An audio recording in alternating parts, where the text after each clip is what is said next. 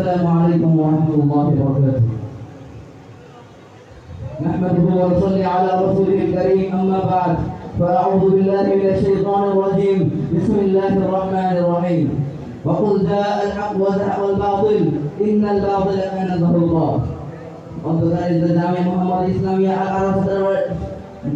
বাৎসরিক সিরিয়াল অনুষ্ঠানে আমার সঙ্গে অবস্থিত সভাপতি বিচারক এবং দূর দূরান্ত ছাত্র ভাইরা সবাইকে জানাচ্ছি আমার অন্তর আন্তরিক মোবারকবাদ। বন্ধুরা আমার, আজকে আমি যে বিষয়টি বেছে নিয়েছি সে বিষয়টা হচ্ছে ইসলামী রাষ্ট্র ব্যবস্থাপনা এবং রাষ্ট্রশাসন অভিযান। মোহতারাম হাজিরিন, উক্ত বিষয়ের উপর কিছু পরিমাণ আলোচনা করার চেষ্টা করবো ইনশাআল্লাহ তাআলা।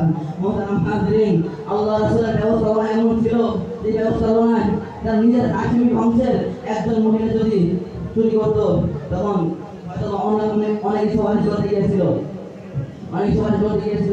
হয়তো হাশিমি বংশের লোক, নবীজি নিজের গোত্রের লোক, এই জন্য নবীজি কিছু বলবে না।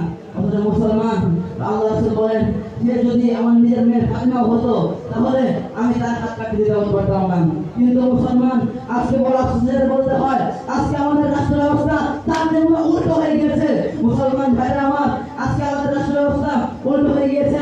তো তাই নয়, শুধু সত্য কথা বলার কারণে একজন আলেমকে হাজার বছর, একজন আলেমকে মাসের পর মাস, বছরের পর বছর আয়না করে বন্দী করে রেখে আলেমকে সাজা হতো। তো তাই নয়, মুসলমান সেই আয়না করেন ভয়ঙ্কর বর্ণনাতে গিয়ে এক লোক বলেছে, আমাকে যদি বলা হতো আমি 1 বছর ধরে থাকতাম তাও একদিন আয়না করে থাকার মতো কষ্ট সহ্য করতে পারি নাই। কিন্তু মুসলমান আজকে 10 টাকা বলতে হয় আল্লাহ রাসূলের ব্যবস্থাপনা, আমাদের ব্যবস্থাপনা উল্টো হয়ে গিয়েছে। মুসলমান ভাইরা, সম্মানিত প্রিয় যুবক বন্ধুগণ, আজকে আল্লাহ রাসূলের ব্যবস্থাপনা ছিল এমন, কেউ যদি আল্লাহ রাসূলের ব্যবস্থাপনা এমন ছিল আজকে সমান বিকাশ সবার প্রতি সমান। মুসলমান ভাইরা, কিন্তু আজকে দেখা যায় এমপি মন্ত্রীদের বিচার আলাদা। আজকে এমপি মন্ত্রীরা চুরি করলেও এমপি মন্ত্রীর কোনো সাজা হয় না, কিন্তু একজন আলেম, একজন হক কথা বললে এই আলেমকে ফাঁসি দেওয়া হচ্ছে। মুসলমান ভাইরা, বন্ধুরা আমার, আজকে সেই ভারতের নরেন্দ্র মোদীর বিরুদ্ধে কথা বললে আজকে বাংলাদেশের প্রধানমন্ত্রী বুক জ্বলে উঠল। ও মুসলমান, সেই নরেন্দ্র মোদীর কথা বললে, সেই নরেন্দ্র মোদীর বিরুদ্ধে কথা বললে আজকে সেই বাংলা ভাষাকেও ল্যাংচা করে দেওয়া হয়েছে। সেই নরেন্দ্র মোদীর বিরুদ্ধে কথা বললে হাজারো আলেমকে চাষের অন্তরে খুঁজে বন্ধ করে দেওয়া হয়েছে। মুসলমান, সেই নরেন্দ্র মোদীর বিরুদ্ধে কথা বললে সুস্থ সবল মানুষকে এমন নির্মম আলোতে শিখে দেওয়া হচ্ছে। আজকে সবার জীবনে এই রাষ্ট্র, তাদের জীবনে এই রাষ্ট্র না, সবার জীবনে সুরাষ্ট্র, তাদের জীবনে সুরাষ্ট্র না। কখনো কাজের অন্ধকার ধরে পাঠানো হচ্ছে, কখনো একজন ভালো মানুষকে কাজে ঢুকিয়ে তৈরি বাধায় বলে দেওয়া হচ্ছে।